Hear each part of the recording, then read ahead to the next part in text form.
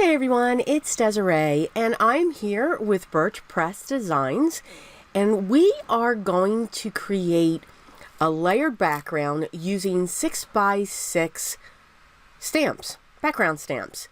This stamp set is absolutely beautiful. Now, you can get just one, or you can get both of them. They work beautifully together. These are called Hugs Tile. That's the one on the right. And then Wishing Tile. That's, of course, the one on the left. So your Wishing one is more solid, where your Hugs one has this beautiful detail. So I just had to use both of them. I wanted to see how these two backgrounds would interact with each other, just to, get that feel for it. So the first up is the Wishing, the solid one. So I prepped it using my dry microfiber cloth so that it'll take the ink better. Whenever we stamp with a stamp, especially this size for the first time, it will always be blotchy. I chose to use Peach Bellini by Desiree K. And what's great about this ink, it does level itself out. So even though it does still look a little bit blotchy, it will even itself.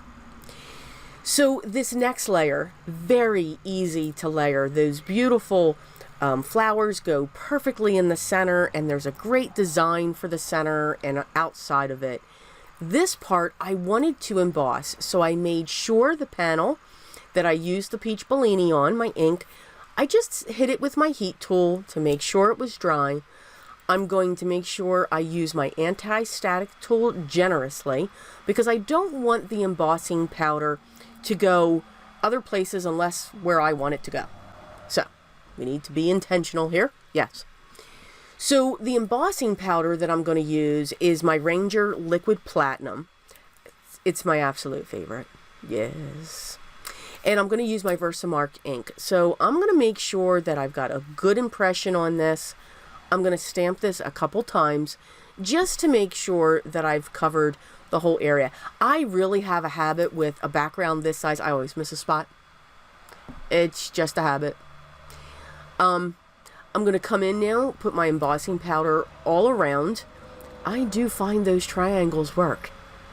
Yes. Seen so many use them, and I absolutely love it. Yeah. So making sure this is all around, and then I'm going to use my heat tool just to heat set that until it is melted across this panel. And you can already see you've got this beautiful design. Even if you just let it this way, it's almost like a thick cord is actually woven through the Peach Bellini. So you could stop right here. Of course, I can't do that. So I grabbed my Aqualicious and Dewdrops from Altenew, and I'm going to use the lighter shade with the main floral pattern, and I'm going to stamp this all throughout. So I do have a piece of scrap paper. What this is actually a construction drawing pad that I get at the dollar store, and I just pull the cover off. And I just use this for if I have to stamp off the edge of a cardstock so that it doesn't get all over my mat.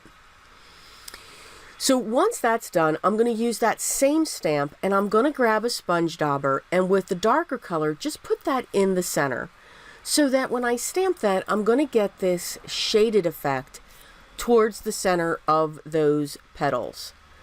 Now, what would absolutely, so many ideas just came to my mind with this. I believe I'm going to have to try all of them.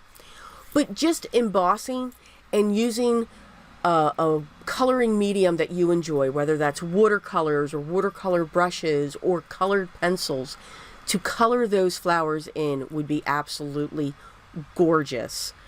You don't have to use the inks, but you can.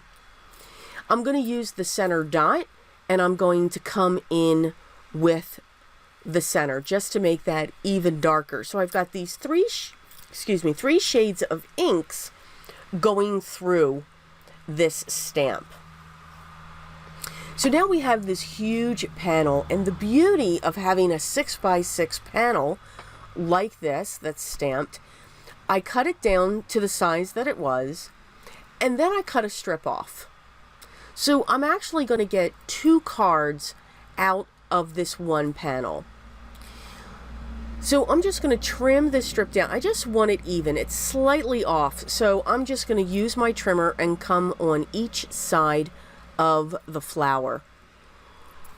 So now I have my 2 panels. So I grabbed a piece of cardstock from my stash, the brown, and that's going to be the backdrop for my main card. You know, the larger panel. We'll call it the larger panel right now. And I'm going to use a piece of fun foam just to put on the back of that. Now that piece of brown cardstock is cut 4 1/4 by 5 1/2, and my 2 card bases are standard A2 size, which is of course 4 1/4 by 5 1/2, and mine are usually top folding. One of them will be a side folding card. I'm going to use my double-sided tape that I absolutely love. I get this from Uline. It is very strong. This card will never come apart, but it is also not forgiving. So once you get it down there, it is definitely in place. So just be cautious. I'm going to take a piece of mirror cardstock, and I'm just going to set that strip right up onto the one side. So the panel, the design panel itself, is cut 4 by 5 1/4. So I'm going to shift that all the way over to the right, and then I'm going to set that mirror cardstock right down, and then just trim off the edge to make that even. Excuse me, can't clear my throat here. So that just gives it a little bit of shimmer. For the second one, I'm going to take the design strip and put that right down the center of that same mirror cardstock.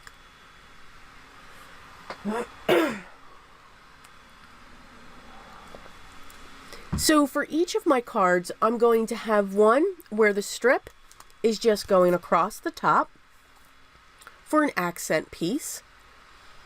And then, and yes, that's a little crooked. I'm looking at that now, but that's okay. And then this is going to cover my entire front of the second standard A2 size card base. So 2 different looks, stamped once, and you can just get multiple cards. Now I could keep on cutting that in the different shapes or anything that I want to do, and I could probably get more cards if I wanted to. Once that's dry, I'm going to take the sentiment Beautiful, and I'm going to use my my Versamark ink and my anti-static tool, and I'm going to use my liquid platinum again to heat set that, so that that's going to match the embossed areas that I have on my panel. And again, I'll use my heat tool to heat set that until it is smooth. I am going to come in with a big, it's like a mop brush, just to clean the areas where I have some powder hanging out there. I want it to be just on the sentiment. Once that's dry, I'm going to come in now with the smaller sentiment that I chose.